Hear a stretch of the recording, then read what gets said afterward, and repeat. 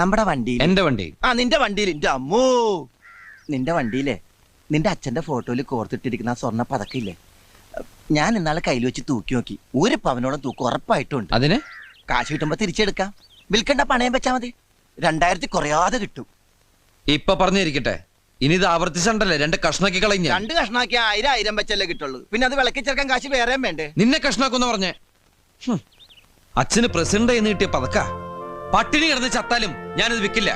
അത് മാത്രല്ല, ആ വണ്ടിയിലുള്ള സകല സാധനങ്ങളും എന്റെ അച്ഛൻ വാങ്ങിച്ചതാ. അതിന്ന് ഒരു തുരുമ്പിത്തോളം പോലും ഞാൻ സമ്മതിക്കില്ല. അപ്പൊ പിന്നെ എങ്ങും തൊടാൻ പറ്റൂല. എന്താ പറ്റി പറഞ്ഞേ? നീ എന്നെ അങ്ങോട്ട് കൊല്ല്, എന്നിട്ടൊരു കുഴി കുഴിച്ച് മൂടിയിട്ട് ആ ബസ് എടുത്ത് എന്റെ മുകളിൽ വെക്ക്.